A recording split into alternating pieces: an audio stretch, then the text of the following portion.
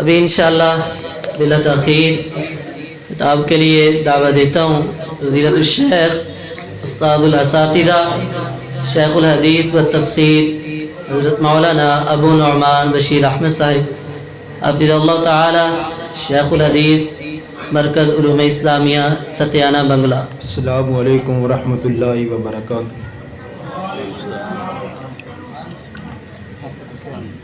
ان الحمد للہ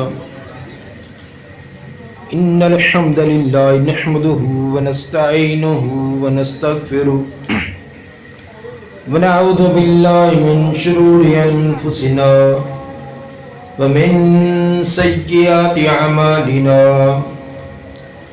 من يهده الله فلا مضل له ومن يضلل فلا هادي له، أشهد أن لا إله إلا الله وحده لا شريك له وأشهد أن محمدا عبده ورسوله، أما بعد، أعوذ بالله السميع العليم من الشيطان الرجيم، بسم الله الرحمن الرحيم۔ الرحمن علم القرآن خلق الإنسان علمه البيان۔ الرحمن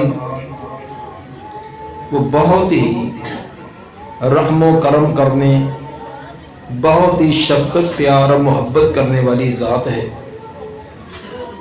اس کے رحم و کرم کا اندازہ آپ اس سے لگائیں، اس کے رحیم اور کریم ہونے کی علامت اور دلیل سب سے بڑی یہ کہ علم القرآن، اس نے رشد و ہدایت والی کتاب، دستور زندگی، قانون زندگی، دارین کی کامیاب زندگی کی ضامن کتاب قرآن سکھلا دی ہے۔ خلق الانسان، انسان کو پیدا کیا۔ اگر وہ تمہیں انسان نہ بناتا، کوئی اور مخلوق بنا دیتا تو تم اس کا کیا بگاڑ سکتے تھے؟ پھر کیسے در در پر دور در کرواتے، کیسی تمہاری زندگی ہوتی؟ اس نے اپنی مرضی سے، بغیر تمہارے کہنے کے، بغیر تمہاری دعا التجا کے خلق الانسان، تمام مخلوق میں سے افضل ترین مخلوق انسان بنا دی۔ وعلمہ البیان، اور بے شمار اوصاف حمیدہ اور خوبیوں کے ساتھ ساتھ قوت گویائی، دل کی بات کو زبان سے ادا کرنے کا سلیقہ اور طریقہ بھی سکھلا دیا۔ سامعین حضرات، اللہ تعالیٰ کی ذات کے احسانات تو انسان پر بے شمار ہیں، جو کوئی زبان بیان نہیں کر سکتی، کوئی قلم لکھ نہیں سکتا، کسی کیلکولیٹر اور کمپیوٹر کے اندر اتنے ہندسے نہیں جو اللہ کی نعمتوں کو شمار کر سکے۔ آج کا دن ہر انسان ذرا سوچے، اللہ کی اس دی ہوئی آنکھ کے ساتھ اس نے کتنی چیزوں کو دیکھ لیا، زبان کے ساتھ کتنے بول بول لیے، کان کے ساتھ کتنی باتوں کو سن لیا، قدموں سے کتنے پاؤں چلے، کتنے زمینوں کو طے کیا، کتنی آکسیجن اپنے اندر استعمال کی، کتنے پانی کے قطرے اور دانے اس نے نگل لیے۔ کیا کوئی انسان صرف ایک دن کی زندگی کا حساب کرے گا کہ صرف ایک دن کی زندگی میں اس آنکھ سے کتنی چیزوں کو دیکھا، زبان سے کتنی باتیں کی، کان سے کتنی باتیں سنی، دل کتنی مرتبہ دھڑکا، خون کی گردش کتنی مرتبہ ہو گئی، باقی سر کے بالوں سے لے کر پاؤں کے ناخن تک ایک ایک چیز کا حساب کر کے صرف ایک دن کا۔ یقیناً نہ کوئی سائنسدان، نہ کوئی ماہر فلکیات، نہ کوئی ریاضی دان اس کا حساب نہ کر سکے گا۔ تو جب ایک دن کا صرف 12 گھنٹے کا حساب کرنا ممکن نہیں تو 40 45 اور 50 سال زندگی کا حساب کیسے کرے گا؟ وَإِن تَعُدُّوا نِعْمَةَ اللَّهِ لَا تُحْصُوهَا، واقعی تم تمام کے تمام اللہ کی نعمتوں کو شمار کرنے کا ارادہ کرو تو شمار بھی نہ کر سکو۔ ان تمام نعمتوں میں سے ایک بہت بڑی نعمت، جس نعمت کی وجہ سے یہ تمام نعمتیں کارآمد بنتی ہیں اور انسان بنتا ہے، وہ ہے اسلام۔ اسلام کی نعمت، دین کی نعمت سب نعمتوں سے اعلیٰ اور افضل نعمت ہے۔ حجۃ الوداع کا موقع تھا، جمع غفیر صحابہ کا موجود تھا۔ سورہ مائدہ کی آیت نمبر 3 اس وقت اللہ نے یہ نازل فرمائی، الیوم اکملت لکم دینکم واتممت علیکم نعمتی ورضیت لکم الاسلام دینا، کہ اسلام کی نعمت مکمل کر کے اللہ تعالیٰ فرماتے میں نے نعمتوں کا اتمام کر دیا۔ اسلام کی نعمت دے کر اس کو مکمل کر کے میں نے اپنی نعمتیں تم پر مکمل کر دی۔ اندازہ کریں کہ یہ اسلام، دین، عقیدہ، نظریہ، سوچ، فکر، یہ کتنی عظیم چیز ہے، اور اسی کی وجہ سے انسان ہے۔ اب دیکھ لیں کہ ایک غیر مسلم اور مسلمان، جسم باڈی کے اعتبار سے، اعضاء کے اعتبار سے تو دونوں میں کوئی فرق نہیں ہے۔ جیسے ایک مسلمان کے 2 ہاتھ، 2 پاؤں، 2 آنکھیں، زبان، اسی طرح کافر کا بھی ہے۔ مسلمان کو بھی اللہ نے بنایا، کافر کو بھی اللہ نے پیدا کیا۔ مسلمان بھی یہ سبزیاں، فروٹ، یہ چیزیں، روٹی چاول کھاتا ہے، کافر بھی تو یہی کھاتا ہے۔ جیسے ہمارے جسم کے اندر سرخ خون ہے، ایک کافر کے جسم کے اندر بھی سرخ ہوتا ہے، وہ کالا نہیں ہوتا۔ لیکن مسلمان پاک ہے اور کافر پلید ہے۔ مسلمان مرنے کے بعد جنت میں، کافر جہنم میں۔ اتنا فرق کیوں ہے؟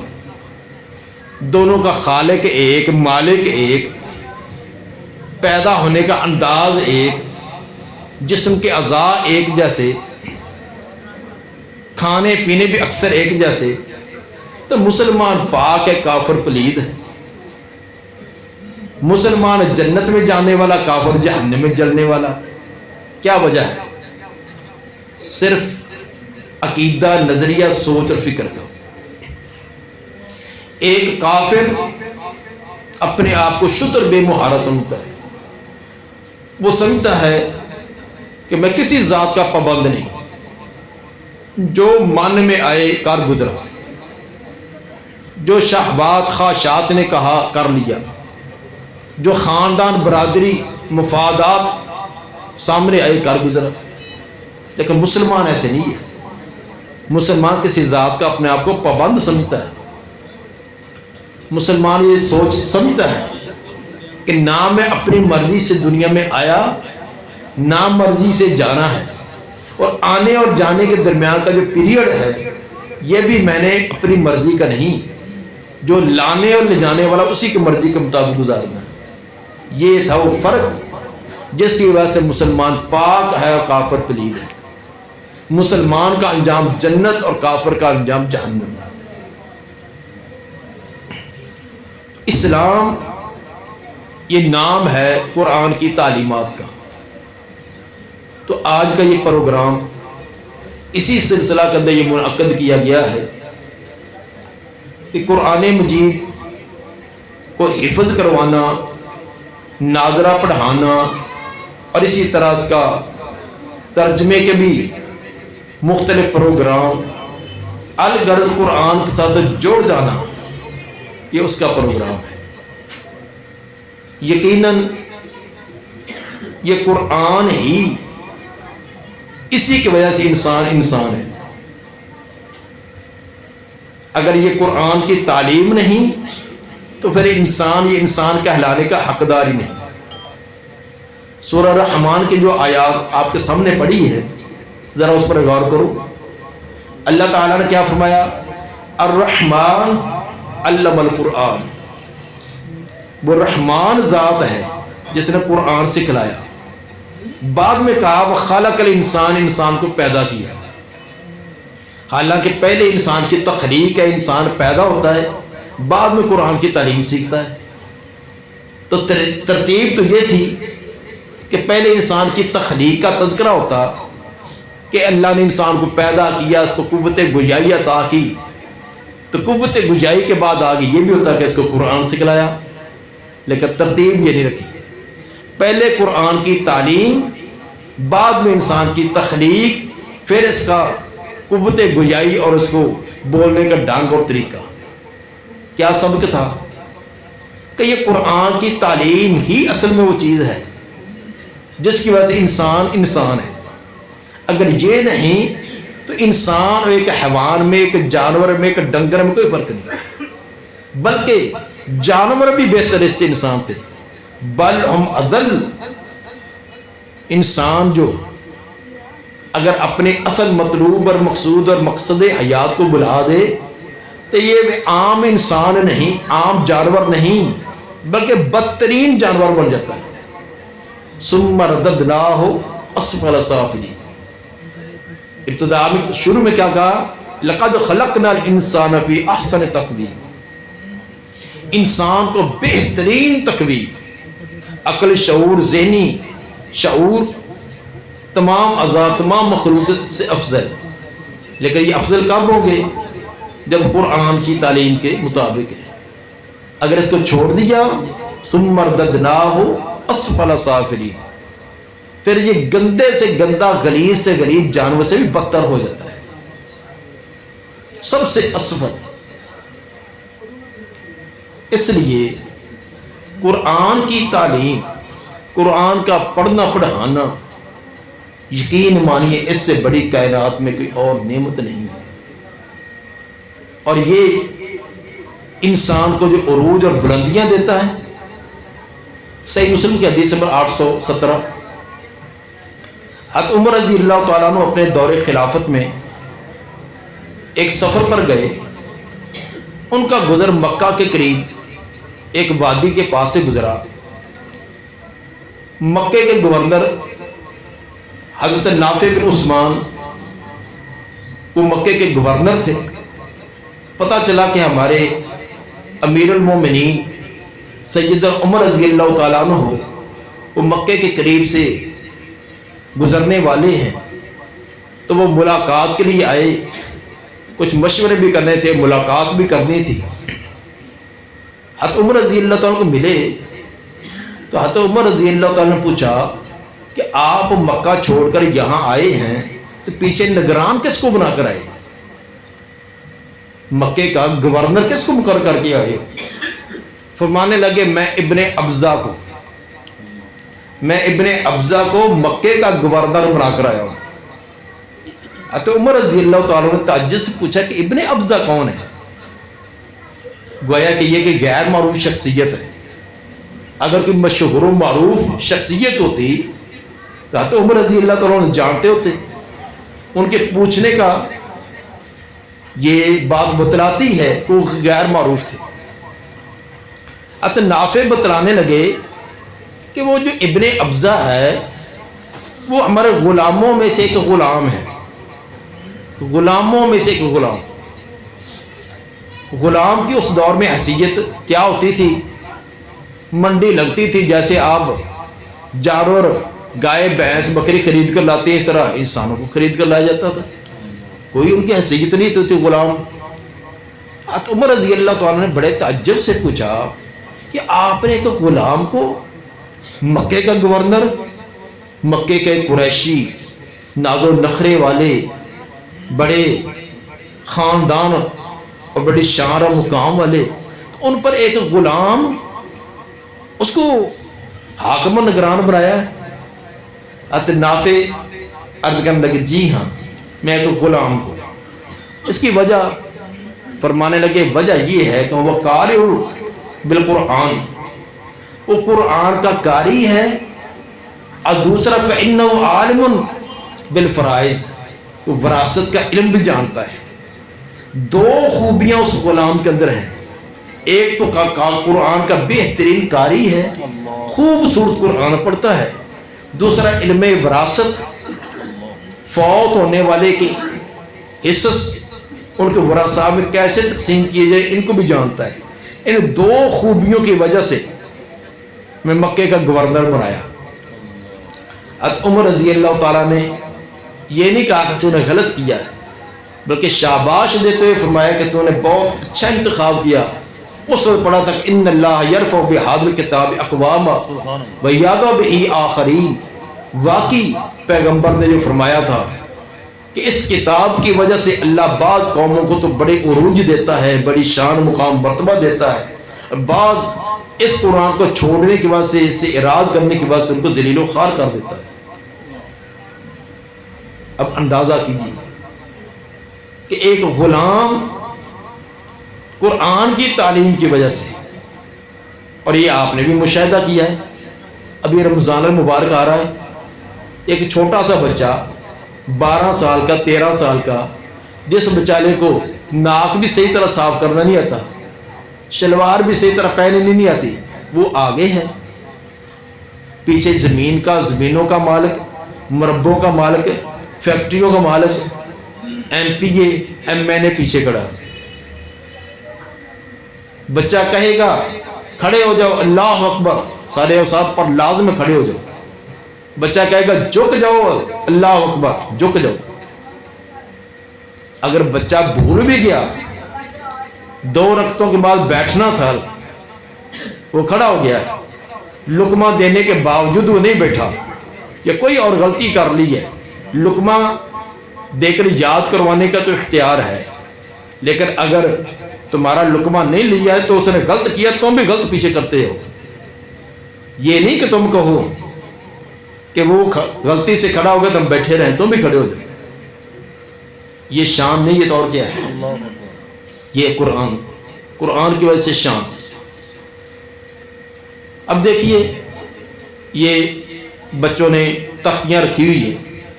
ہاں بھی چھوٹا بچہ کون سا ہے, بیٹا آپ کھڑے ہوں, یہ تختی کس چیز کی ہے, یہ جو رکھی ہوئی ہے آپ بتلائیں آپ, ہاں کس چیز کی ہے؟ لکڑی کی بنی ہوئی ہے.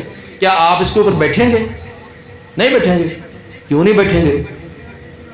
اونچی اونچی بولو. اس کے اوپر قرآن رکھا گیا ہے. اس کرسی پر اگر آپ کو کہا جائے بیٹھ جائیں, حالانکہ یہ بڑی قیمتی ہے, بڑی مہنگی ہے, یہ تمام تختیاں بیچ دی جائے تو یہ کرسی نہیں آئے گی. اس پر آپ بیٹھیں گے اگر آپ کو بٹھایا جائے؟ ہیں نہیں, میں اٹھ جاؤں بعد میں, آپ بیٹھ جائیں گے نا, شاباش. اب یہ بچہ مجھے چھوٹا نظر آیا ہے, میں نے اس کو کہا کہ یہ لکڑی کی سادہ سے لکڑی کے تختی کے اوپر تو بیٹھے گا. اس نے کہا کہ میں نہیں بیٹھوں گا, اس کرسی پر میں بیٹھ جاؤں گا. اس پر کیوں نہیں بیٹھوں گا؟ اس نے کہا کہ اس کے اوپر قرآن رکھا گیا ہے. اور میں تمہیں شان اس کی کیا بیان کروں. جس لکڑی کے اوپر ایک بار قرآن رکھ دیا گیا, ایک نابالغ اور ناسمجھ بچہ وہ بھی اس بات کا اعتراف کرتا ہے کہ اس کے اوپر نہ میں خود بیٹھوں گا نہ کسی اور کو بیٹھنے دوں گا. آپ کا بھی چھوٹا بچہ کتنا بھی پیارا ہے, کتنا بھی لاڈلا ہے, اگر اس تختی کے اوپر آپ کے بیٹھے گا تو آپ تھپڑ مار کر اس کو نیچے گرائیں گے. کیوں؟ برداشت نہیں کریں گے. اس تختی لکڑی کی سادہ سی لکڑی پر قرآن رکھا گیا ہے. قرآن کو جو گتا لگا ہوا ہے, وہ گتا نہ سونے کا ہے نہ چاندی کا. یہ وہی گتا ہے جس گتے سے ہمارے گھروں کے اندر مٹھائی کے پیکٹ آتے ہیں, جوتے آتے ہیں, جوتا نکالیا پھینک دیا, وہ بھی تو گتا ہی ہے.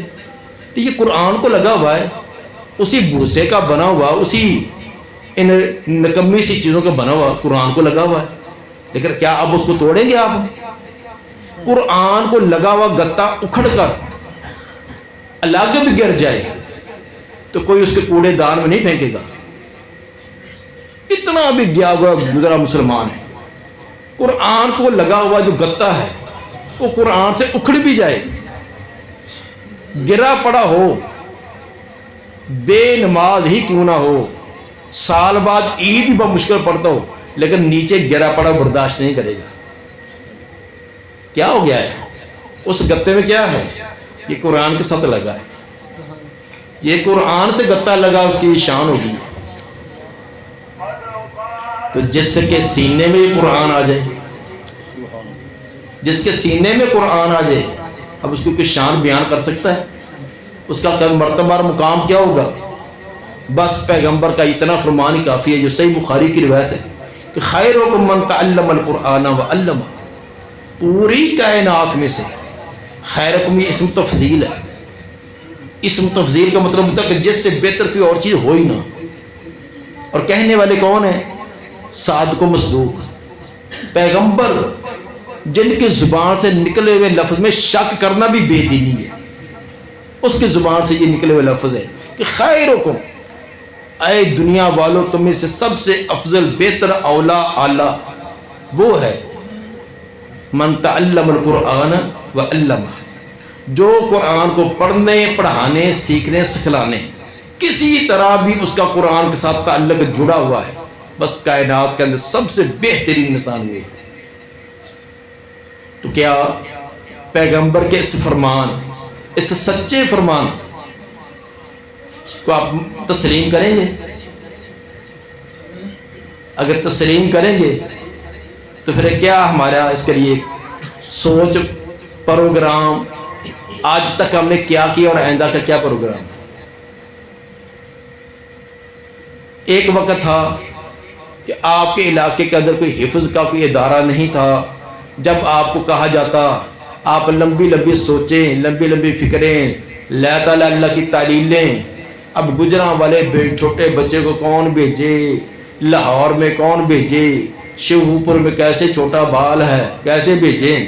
اسکول کے لیے جا سکتے ہیں، اسکول کے لیے روزانہ 40 کلومیٹر 50 کلومیٹر رکشے لگائے، گاڑیاں لگائی، لیکن دین کے لیے کون اتنی دور جائے یار. تو اب اللہ نے وہ عذر بھی ختم کر دیا، وہ عذر بھی ختم ہو گیا. تمہارے گھروں کے اندر، تمہاری مسجدوں کے اندر اللہ نے یہ انتظام کر دیے. اب کیا عذر ہوگا؟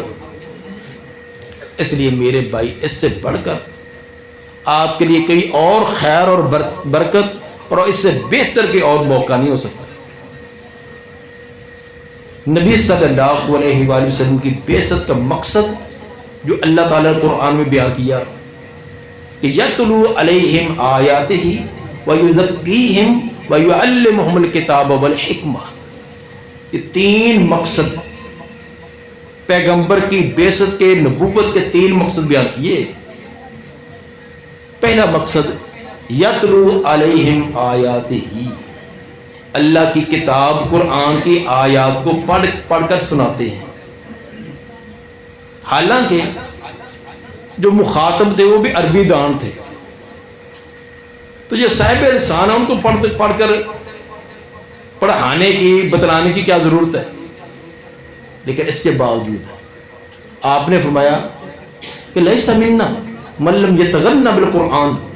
بخاری کی روایت ہے، آپ نے فرمایا وہ ہم میں سے نہیں ہے، وہ ہمارے طریقے پر نہیں ہے جو قرآن کو خوبصورت اچھی انداز میں ٹھیک طریقے سے تلاوت نہیں کرتا.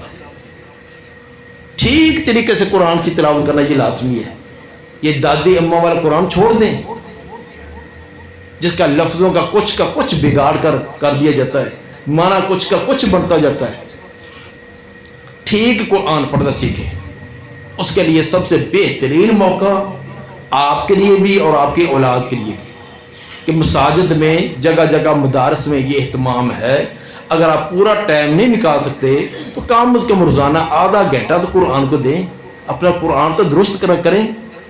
یہ نہ کہ پوری زندگی ایسا غلط انداز میں قرآن پڑھیں کہ پڑھے آپ نماز کے اندر قرآن تو ثواب کی بجائے الٹا گناہ آپ کے کھاتے میں جائے. اتنے غلط تلفظ کے ساتھ، غلط الفاظ کے ساتھ پڑھتے جائیں. اگر آپ کو کہا جائے کہ نماز شروع کرتے وقت آپ جو دعا پڑھتے ہیں، ایک نمازی جو 20 سال 25 سال 30 اور 40 سال کا نمازی ہے، اگر اس کو کہا جائے کہ بزرگوں آپ ماشاءاللہ 35-40 سال کے نمازی ہیں، تو نماز شروع کرتے وقت جو دعا پڑھی جاتی ہے جس کو کہتے ہیں دعائے استفتاح، یعنی نماز کے آغاز شروع میں یہ دعا پڑھی جاتی ہے، وہ دعا سنائیں،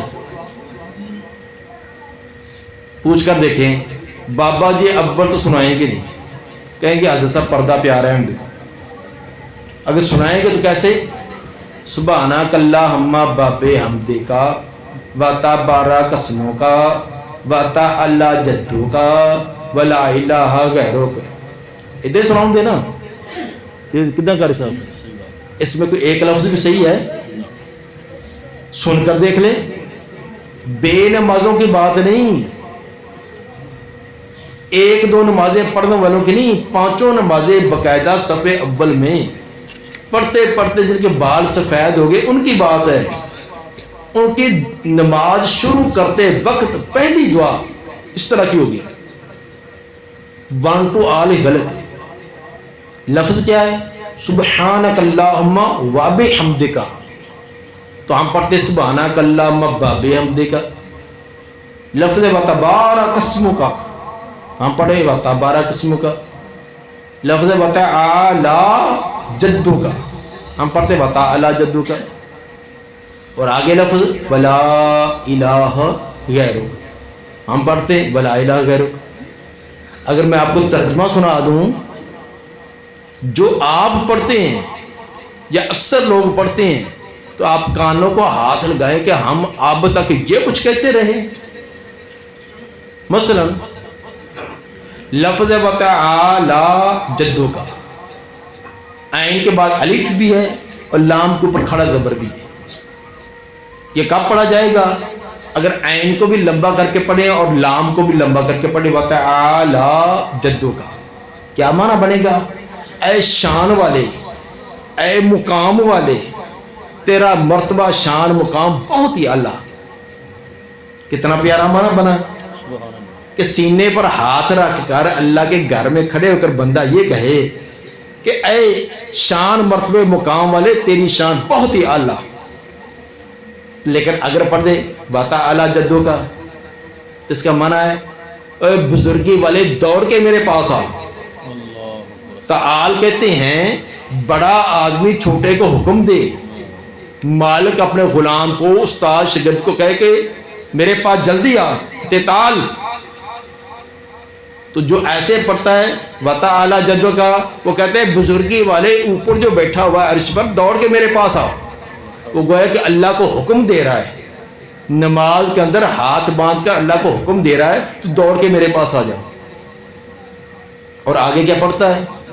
اگر پڑھا جائے ولا الہ غیرک، یہ لام کو لمبا کر کے پڑھیں، یہ لا نفی جنس کا ہے، کیا معنی بنے گا؟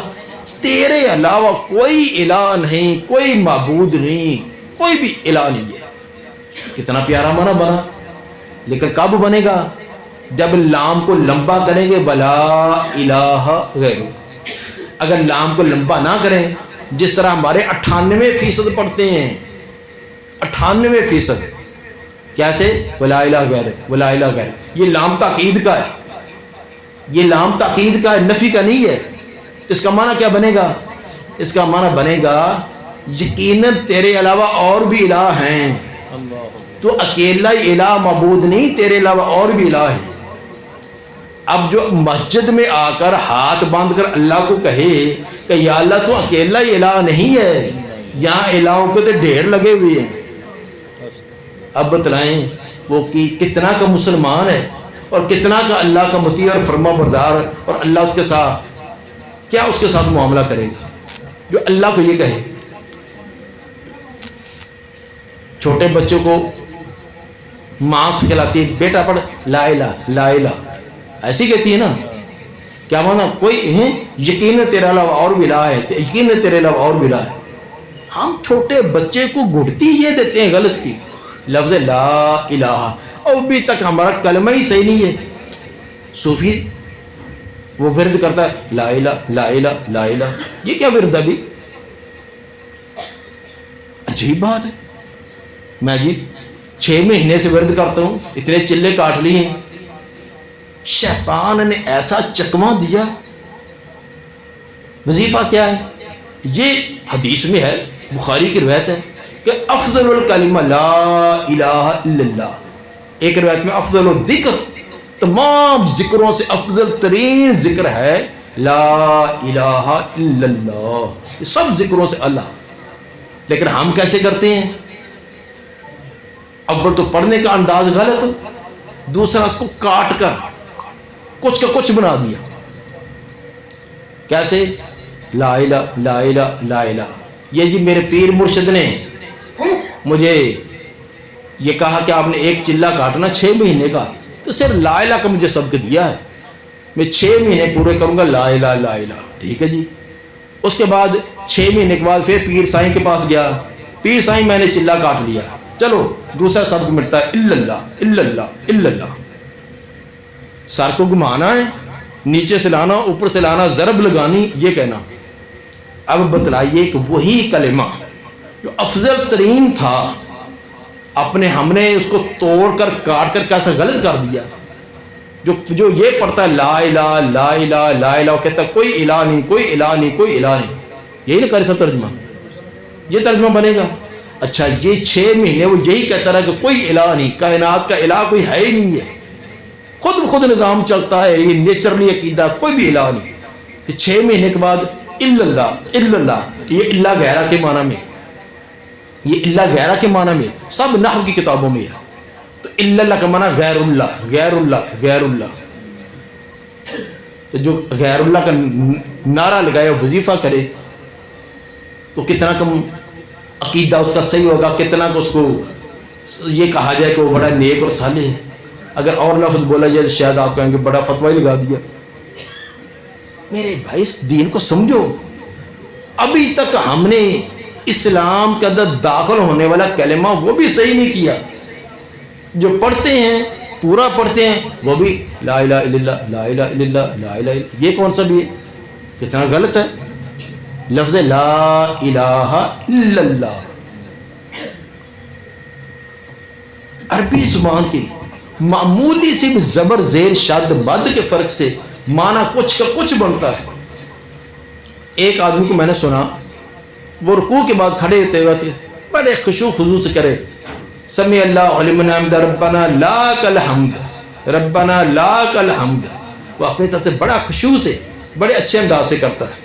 میں نے اس کو سمجھایا بھی، لیکن عادت ہی ایسی بنی تھی، لیکن اس کے باوجود ایسے، حالانکہ کتنا کفریہ کلمہ بنتا ہے ربنا لک الحمد، یہاں لمبا نہیں کرنا۔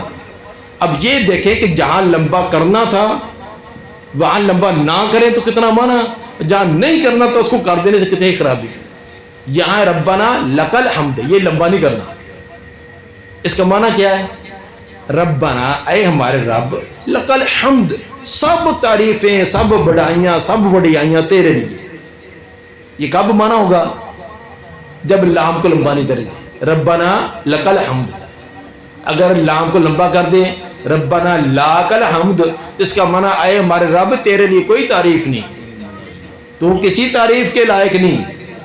تو جو آدمی نماز میں اللہ تعالیٰ کو یہ کہے کہ اے ہمارے رب تو کسی تعریف کے لائق نہیں، تو کھلے پہن کے نہیں پہن، اللہ نے کان پھڑا کے 100 مار کے کیوں گننا؟ یہ کہتا ہے میں نمازیں پڑھتا رہا مجھے جنت مل جائے، مار مار کے اس کا گھون نکالو۔ اس کو 40 سال اتنی بھی ہوش نہیں آئی کہ منہ سے لفظ کیا نکالتا تھا۔ پہلے علم، علم کے بعد عمل ہے۔